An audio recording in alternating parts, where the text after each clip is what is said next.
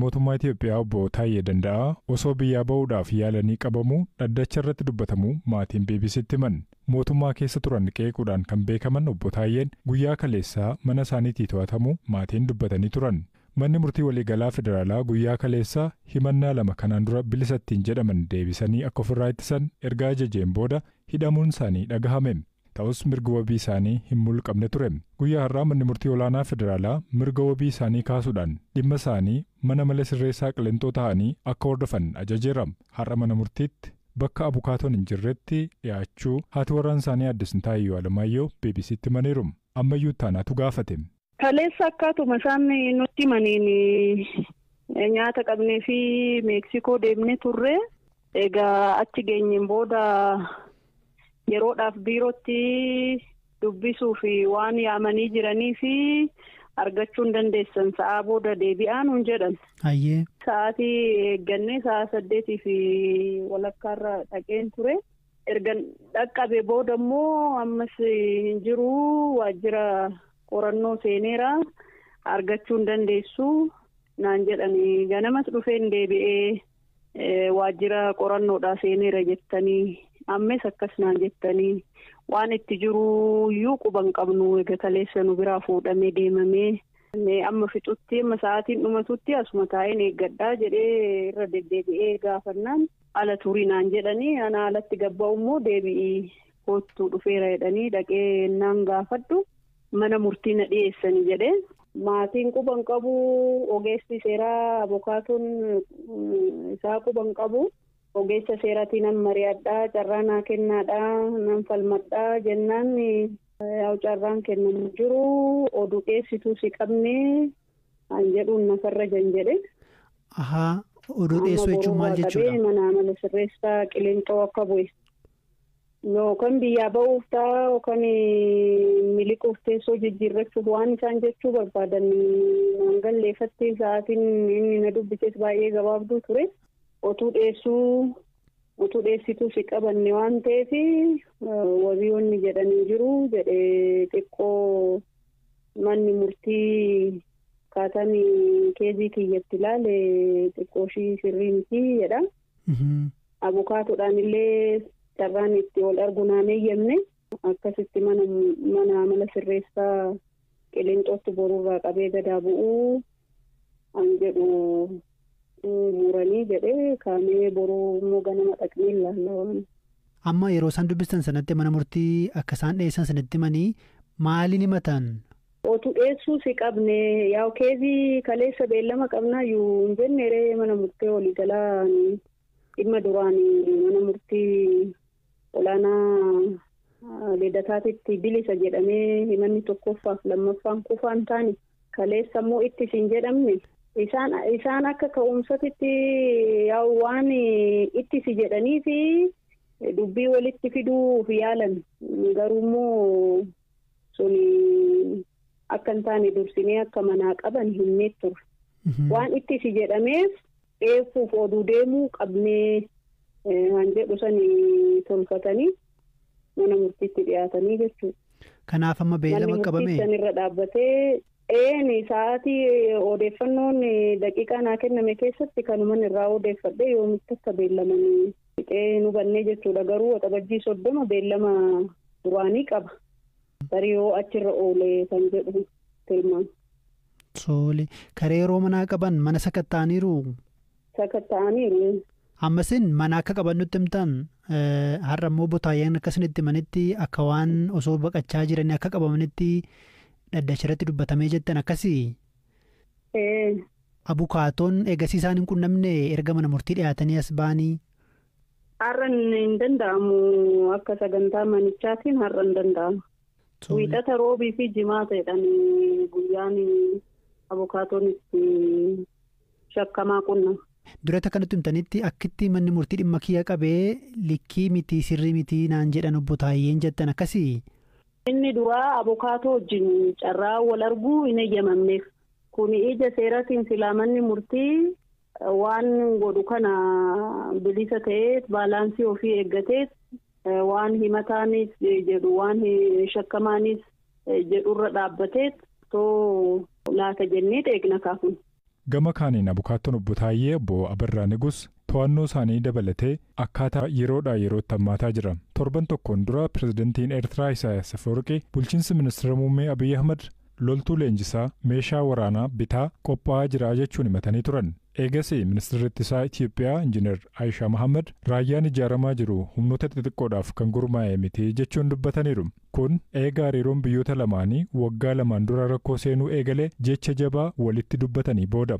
Wanti kun garam qajeeluu danda'ama. Ambaasaadder Iwunatu Bilaattaa Dabalaa kanaan dura ministeera deetaa tajaajila koominikeeshinii mootummaa ta'uudhaan bara addawaawii tajaajilaniiru. Yeroo ammaa Ameerikaa jiraatu. Mootummaa qeequudhaanis beekamu ammayyuu taanaatu haasofsiise. Durumaayyuu Itiyoophiyaa fi Eertiraa gidduu hariiroon seera qabeessa ta'e hariiroon heeraaf seera idil addunyaa giddu galeessa godhate waan jalqabame miti. Jalqabuma yeroo araara buufatan jechuudha waggaa 7 dura. Eeyyee. Waliigaltee tolfatanii turani miti yeroos? Waliigalteen yeroo sana tolfatame sun. Namoota lameen gidduutti waan ta'e malee biyyoota lamata gidduutti waan ta'e miti. Walitti dhufeenya kana isaan ittiin fayyadaman gareen PP garee TPLF ittiin miidhuudhaaf cunqursuudhaaf ittiin waraana irratti banuudhaaf fi aangoo biyyattii sana keessaa maqsuudhaaf kan itti fayyadame. Warri Eertiraas biluu yeroo dheeraadhaaf TPLF duraan irratti qaban sana ittiin bahuudhaaf ittiin fayyadaman. Haala amma jiru gaafa laallee tarii waggoota lamaan darban kana wal dhooduu kana akkasumas immoo karaa namoota siyaasaa garaagaraa kallattiidhaanis ta'uudhaa baatu wal qoccoluun kun ture.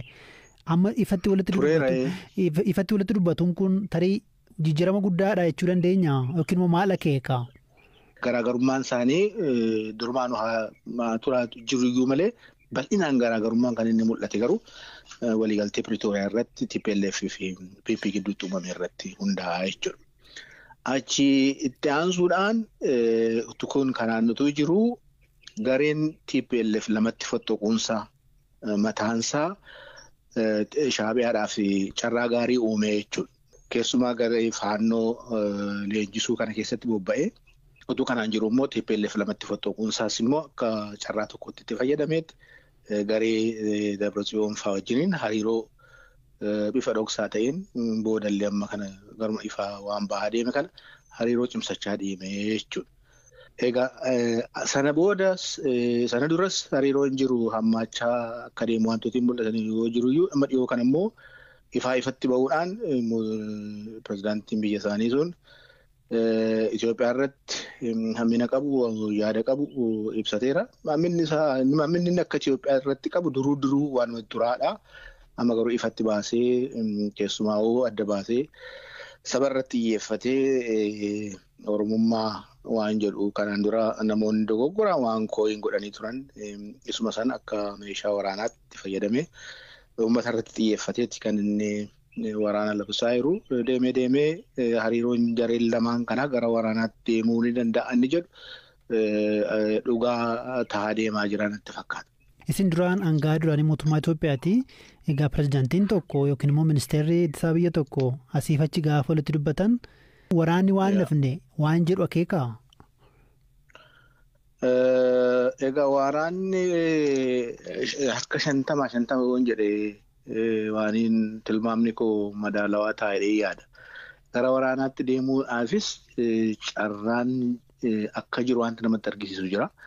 Garuu qabatama lafa jiruun immoo Eertiraa nama humna waraanaa mootummaa Itoophiyaa waraanuutti hin dandeessu qabdii inni jedhus gaaffiidha. Kan biraa garuu immoo waraanni Itoophiyaa fi Eertiraa gidduutti yoo gaggeeffame waraana biyya lamaanii qofa hin ta'u. Gareen adda addaa naannoo sana kan jiran fagoos kan jiran hirmaachisuu waan danda'uuf waraanichi qaama biraatii irratti illee kan hundaa'udha. Garuu ka'umsaaf wanti ta'u jara lamaan gidduu jira. Yoo amma walitti bu'iinsi ka'ee jedhe tarii hidhattooti faannoo akkasumas immoo gartiin TPLF Dr. Dabratsiyoon hoogganaman Eertiraa bira dhaabatuu danda'u waan akkasii mudachuu danda'a? Rakkisaadha. Eertiraa bira dhaabbachuus amma warri gareen warri faannoo jedhaman kun hariirtoota yookaan deeggartoota qabsoo isaanii jedhanii kan tarreessan keessaa tokko Shaabiyaadha. Haa ta'u immoo malee Shaabiyaan hariiroonni TPLF wajjin amma gochaa jiru kun immoo ija shakkiin ilaallaa jedhaniiru. Deeggartoonni garee Dabratsiyoon Ameerikaadhaatu hin ka'iin nafiin Awurooppaan utuu nafiin gara Shaabiyaa Eertiraa deemanii marii gaggeessaa jiraachuun isaanii ifadhatti waan beekamaa jirudha jechuudha. Gatii kanaaf hariiroon kun shiifti gochuu danda'a. Aliyaansiin hedduunsaa achitti raawwatamu kun tarsiimoo yeroo gabaabaa irratti kan hundaa'udha. Yeroo baay'ee strateejikli miti. Yoo TPLF akkaataa amma jiru kanaan gara waraanaatti gala ta'e deemee Eertiraa wajjin hariiroo uummachuunsaa hin oolu. Strateejikliidha inni gaaffii ta'ee garuu tarsiimoo yeroo gabaabaadhaaf garuu itti fayyadamuu isaanii nafuudhee yaada. Gareen faannoo durumaanuu Shaabiyaadhaan leenji'aa jiru, hidhataa jiru. Isaanis tarsiimoo hariiroota yeroo gabaabaas ta'u jara kanaa wajjin qabaachuun hin oolanidha yaada. Baay'ee guddaa galatuma ambaasadder. Xiqqoo jedhamu maatiitu barnoota addaan kutanii akka yerooman dirqisanii turan adda Yimmanyuush erga yeroomanii ijoollee horatanii ganna 22 booda barnootatti deebi'anii amma yuunivarsiitii Wallaggaatti ilma isaanii wajjiniin baratu. Adda Yimmanyuush jalqaba baradhee fixuudhaaf malee yuunivarsiitiin seena jedhee yaadeetuun beekuu jechuudhaan ibsu. Yuunivarsiitii keessattis barattoonni akka isaan kabajan dubbatan. Haadha ijoollee 4 ka ta'an haati kun Wallagga ba'aa aanaa Nunnuqumbaatti ilma isaanii wajjiniin kutaa 10ffaarraa qabanii barachuu eegalan. Waa'ila keenya Warqinaa Dirribsaatu haasofsiise. Haayiskuuliin godina Wallagga ba'aa ganda duwwaa 2 Dalmaskara Mul'atti kan jedhamtutti hin baradhee godina Wallagga ba'aa Naqamtuma kanatti. Kudhanii booda bara 1988 tu'anii kutaa 9 baradhuu na naqatanii achi bara 1989 immoo nan heerumeetuun barachaa jiru. Isin feetaniituma heerumtan immoo maatiitu isin kennate ta'uu barnootarra jiraatanii? Atoon barachaa jiru maatiitu naqata na heerumsiisan. Isin fedhii barnootaa qabdu turtanii yeroo sana? Barumsa fichisiif nadhanii waadaa galanii warruma keenyaan walii galanii na heerumsiisan warra keenyatti. Isaa booda gaa'ela dhaabbannee mana barumsaa addaan kutti sababa heeruma kanaatii gaafan ijoollee mucaan shanan gafa garaatti naaftuun barnoota dhaabe bara 1990. Achi ijoollee 4 horadhe barumsa dhiisee ijoollee guddisuutti hin deebi'e. Ijoolleen keessanii arfan isaanii dhiira meeqa dubara meeqa horattani? Dhiirris 2 durbis 2. Barnoota keessan immoo akkamitti deebitanii itti fuftanii mee waan sana xinnoo nutti himaa jaalalli barnootaaf qabdan immoo akkam ture? Barnootaan baay'een jaalladhan ture yeroo sana iyyuu waan fedhii heerumaa of keessaan qaban ture waadama warra keenyaa guutuudhaa jedhee namni heeruma dhaqe malee maskaramii yeroo dhufu yaadni koo waa'ee barnootaarra na jira. Achi immoo baadiyyaadha waan ta'eef ijoollee guddisaa barachuun immoo ulfaataa akka kanallee barnoonni immoo gadi dhufee ganda keessa hin jiru amma 8tti malee hin jiru. Ituma barnoota kana yaaduun sammuun tokko waa'ee barumsaa na yaadaa ta'u barnoota kana yaaduun jireenyuma geggeeffaadhaan ture. Achi barnoota addaan kutee waggaa 23ffaa kottachuudha 89 heerumee 2011 immoo itti deebi'ee mana barumsaatti immoo. Iddoon heerume aanaa Jimmaa Arjooti. Iddoon amma jiraannu immoo baawurraa hojjetaadha waan ta'eef aanaa Nunnuqumbaa jiraannaa achittan itti deebi'e. Yaadni kun yaaduma keessan duwwaa ture moo abbaan manaa keessanis fedhii qabu turan akka gara barnootaatti deebitan? Yaadni kun maddisaa ijoollee marraa ta'e. Ijoollee keessan? Anatu yeroo baay'ee waan barumsaan haasaa yoon hin lolesi isin carraa kana argattanii barnoota laaffiftu ani immoo carraa kana dhabeetaniyyuu amma kana baradhee galee isiniin guddisuutti deebi'e jedhee mana ijoolleetti kaasaa warri dhiiraa yadicha xiqqoo turanii warra durbaatuyyuu isheen hangafti barattee fittee yuunivarsiitii Amboo deemte turte yeroo sana bara 2010 intaraansii fudhatte isheen. Bara 2011 sana Amboo boqonnaan ga'eennan ganna galanii isheen itti aantu immoo as Wallagguma kana Naqamtuma kana iyyuu kolleejjii biratti galanii maskaramiitti waa'ee barumsaan haasaa waan ta'eef mucaa sana nama wajjin hin jiru kanatu iyyuu kutaa 10tti darbee 10 eegaluuf jechaa jira yeroo sana.